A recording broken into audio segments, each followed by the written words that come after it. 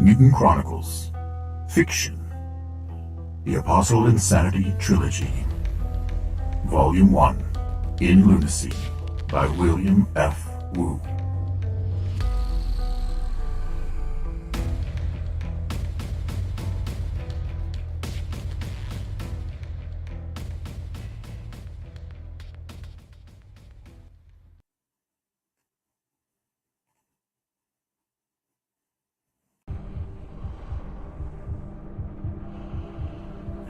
Chapter 18.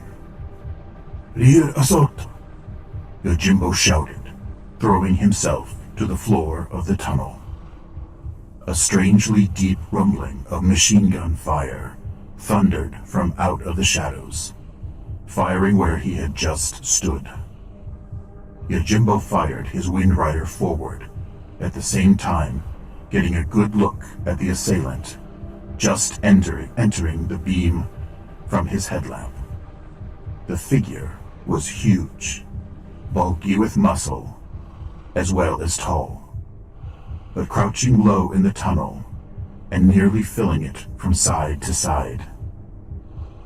The rumbling fire came from a massive, misshapen, heavy weapon, held in both the attacker's huge hands. His skull was misshapen, and his face a flat black color, like soot. As Yojimbo continued to scatter fire down the tunnel, he realized that this was a Necromutant. He also saw that his Wind Rider fire was striking the charging Necromutant. Rounds ripped into the soot-like flesh and streaked the being's face.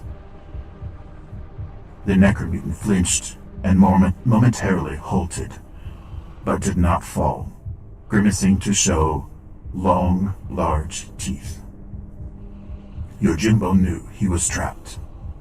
He began shooting forward, staying low, but he had no cover. All he could do was continue to fire. The Necromutant staggered forward, spraying great fire erratically. He was injured, but not falling. If he regained full control of his weapon, Yojimbo would die.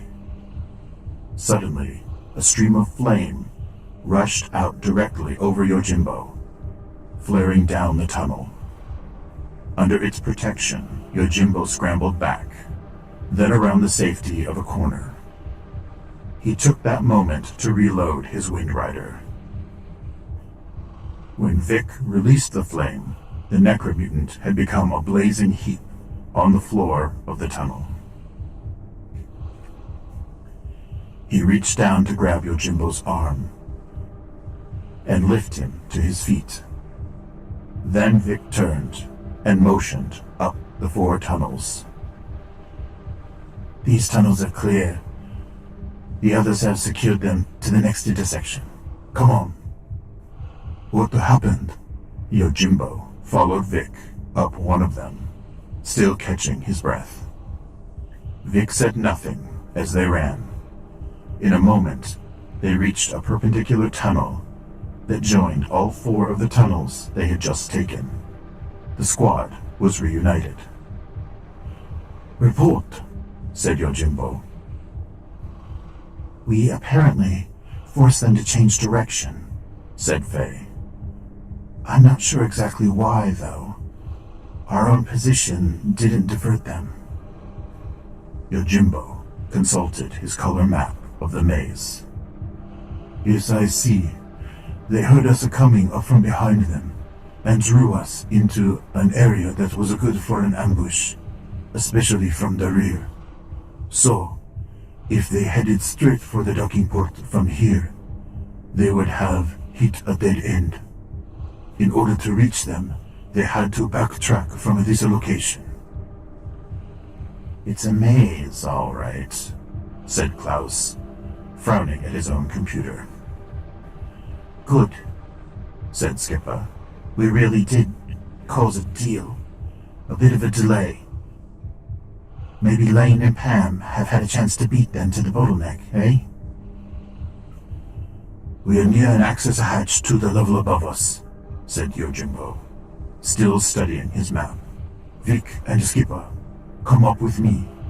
We will try to beat the enemy to the docks, as Elaine and Pam are doing. The way will be crowded, of course, but we can move in a straight line. Faye and Klaus, keep up the pursuit down here and try to delay them as much as you can. Any questions? No one spoke. Good, said Yojimbo, grimly, hitching the strap of his windrider. Move out.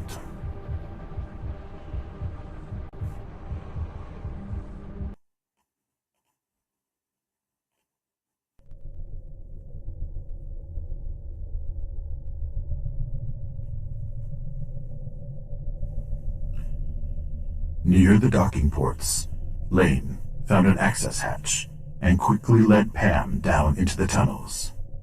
She closed it carefully, with only a quiet clank over their heads, leaving them in darkness.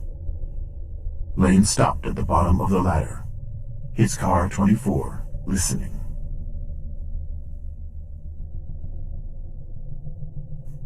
Pam came down next to him and halted also. They switched on their headlamps, looking and listening in opposite directions. The tunnels were silent. Lane could not see anyone or any sign of recent passage in the dirty, damp tunnels. He consulted his map of the maze and switched off his lamp. They would have to move without giving away their position in advance. Pam turned off her lamp again, too. Now Lane advanced carefully, holding his car 24 ready with his right hand. He felt for each step tentatively in the blackness, brushing the left wall with his elbow to keep it as a reference point. Each time his elbow led him around a curve or a corner, he halted and listened again. Finally, he stopped and checked his map again. We're getting close to the bottleneck of the 8 access tunnels. This tunnel we're in runs along the back of them, feeding into each individual docking port. What if the enemy has already entered one of the ports? Pam whispered. We got here fast. I don't think... A faint chattering of light machine gun fire echoed through the tunnels. That's our answer, said Lane. Let's find those 8 access tunnels fast. He switched on his headlamp and jogged forward. By the light of his lamp, they located the access tunnels easily. Lane judged their width to be 2 meters, their height 3. He turned his lamp inside each one, just long enough to see that they ran 20 meters up before reaching another intersection. Pam jogged up the perpendicular tunnel into which they fed, beneath the docking ports, for reconnaissance. Then she hurried back. What did you see? Lane asked. They're a consistent 10 meters apart, Pam whispered. No way we can move from one to another when the action starts. Even if we could, you and I alone could only cover 2 each, at most. Lane turned off his lamp again.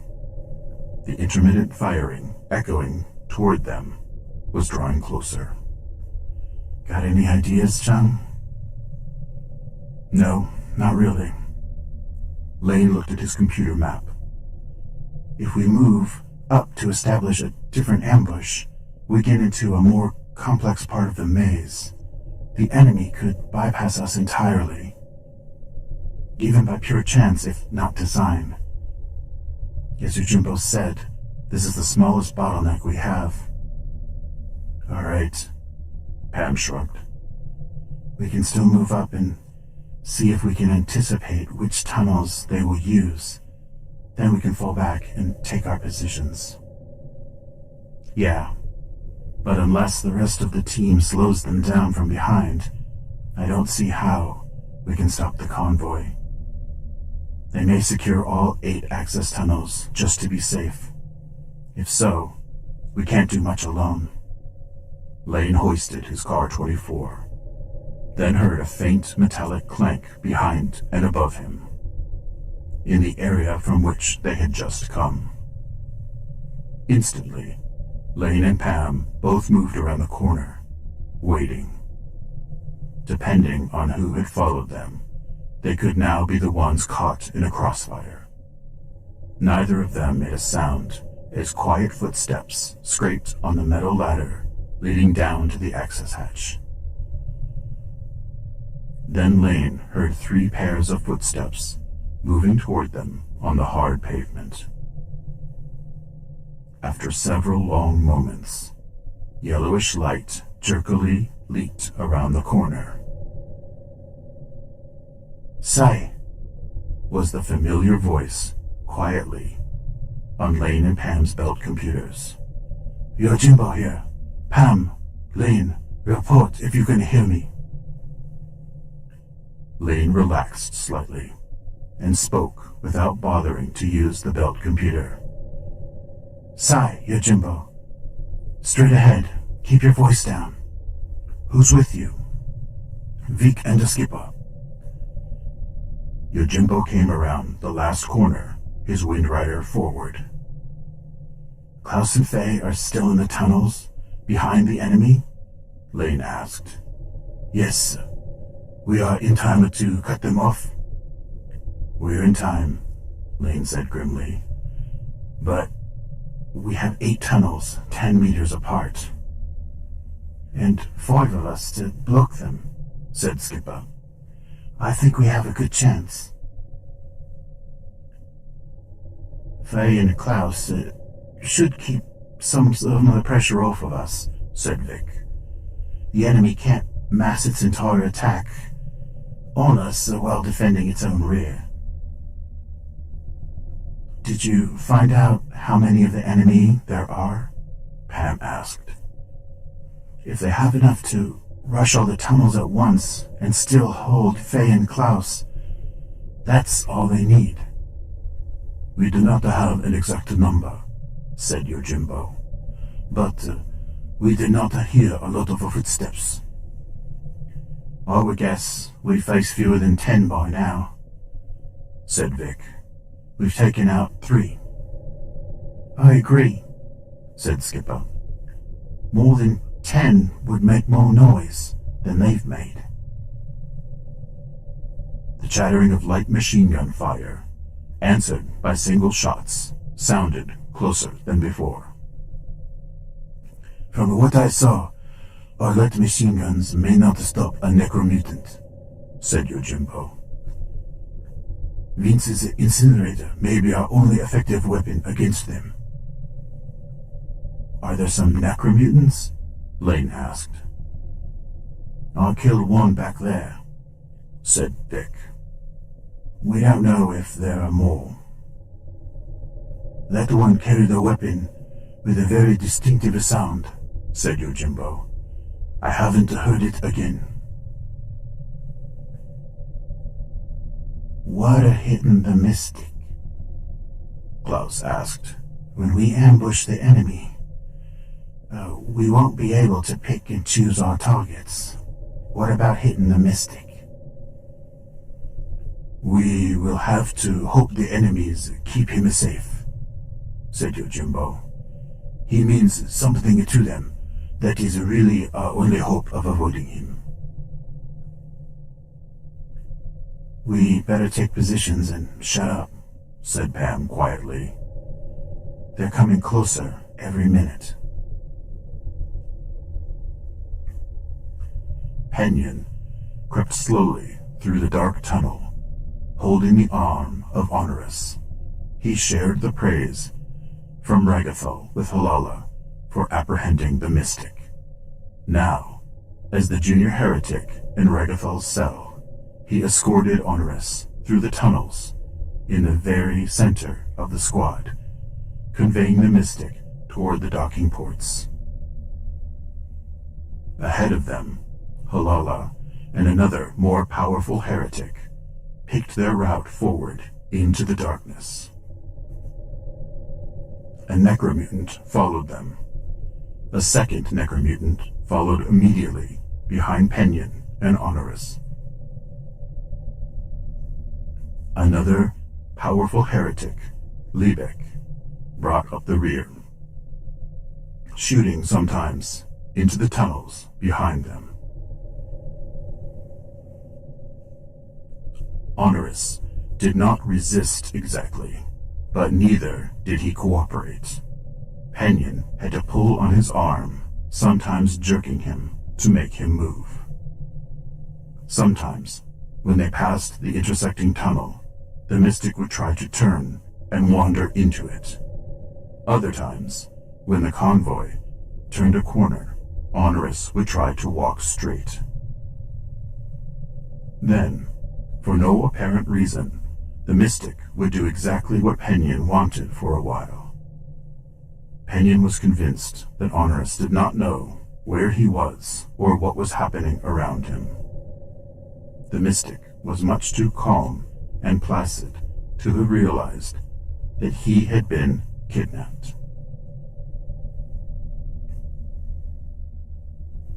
Yojimbo stood at one of the middle access tunnels, looking up and down the perpendicular tunnel in which they fed. In the darkness, he could not see any of his team, but he had ordered each of them to a position. Of the 8 tunnels, Yojimbo assigned the middle 2 tunnels to himself as team leader. Then he ordered Vic to take the next 2 to the right, with Skippa on the end. As Doom Troopers, they were almost inseparable, and their sense of teamwork, combined with Vic's Gehenna Puker, anchored that side well. Yojimbo had ordered Lane and Pam to guard the 3 remaining tunnels on the left. In their own way. He had said the real question was whether the enemy would simply rush every tunnel at once, while holding off Klaus and Faye in the rear. In that event, these positions would not matter much to anybody. Yojimbo stood at the 2 middle tunnels because he felt obligated to take the most challenging assignment for himself. In the darkness, punctuated only by intermittent fire from the tunnels in front of them, his anxiety mounted. It was not only because of the coming fight, however. This would be his first opportunity to prove his leadership to his own team and earn their respect. In addition, the chance to get Honoris and somehow find the Nephirite on Luna would be their first real accomplishment. That would lead to their ultimate success and, eventually, further respect of Lord Mishima. Up ahead in the darkness, the sounds of gunfire became muffled.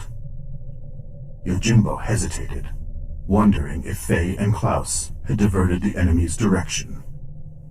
Then, once again, the shooting sounded even closer.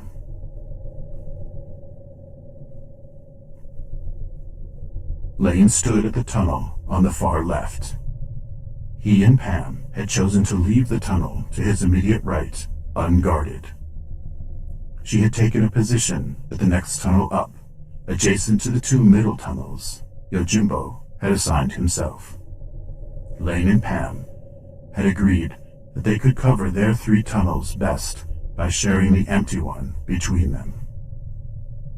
Still, Lane was worried. Since the team members were positioned in a single line, they could not help one another by firing laterally if the enemy reached this far. Doing this just endangered all of them. If one of them left a tunnel to support someone else, that tunnel became completely unguarded.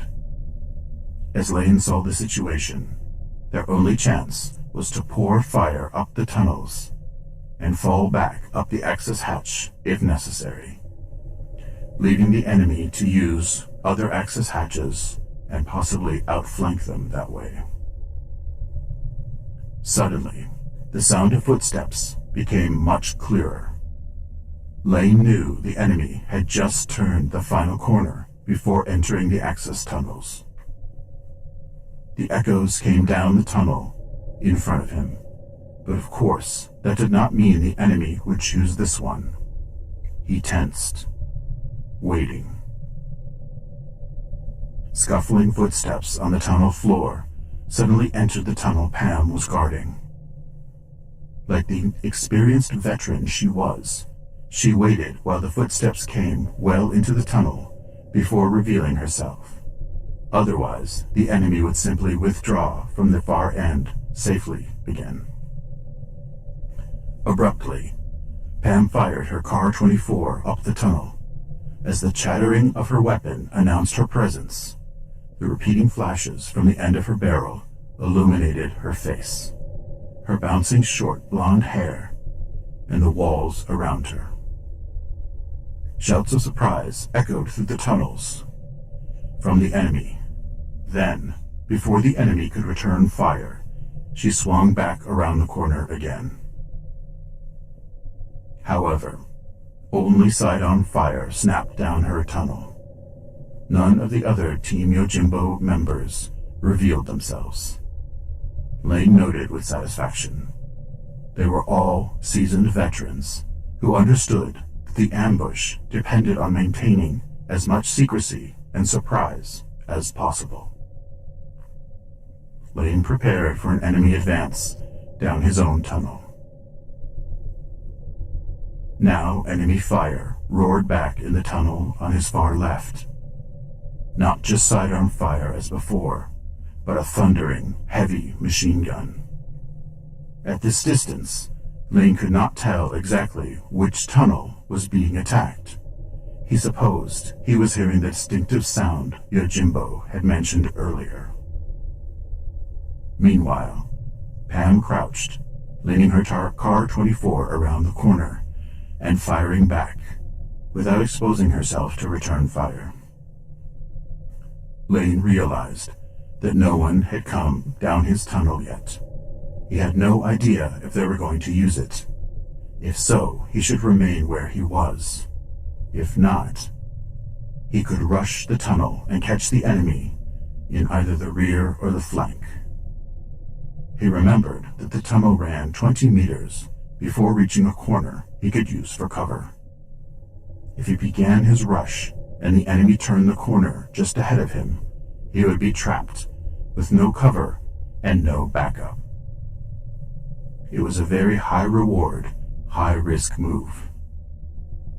If fighting the Dark Legion made life worth living, then this was the moment it all came together.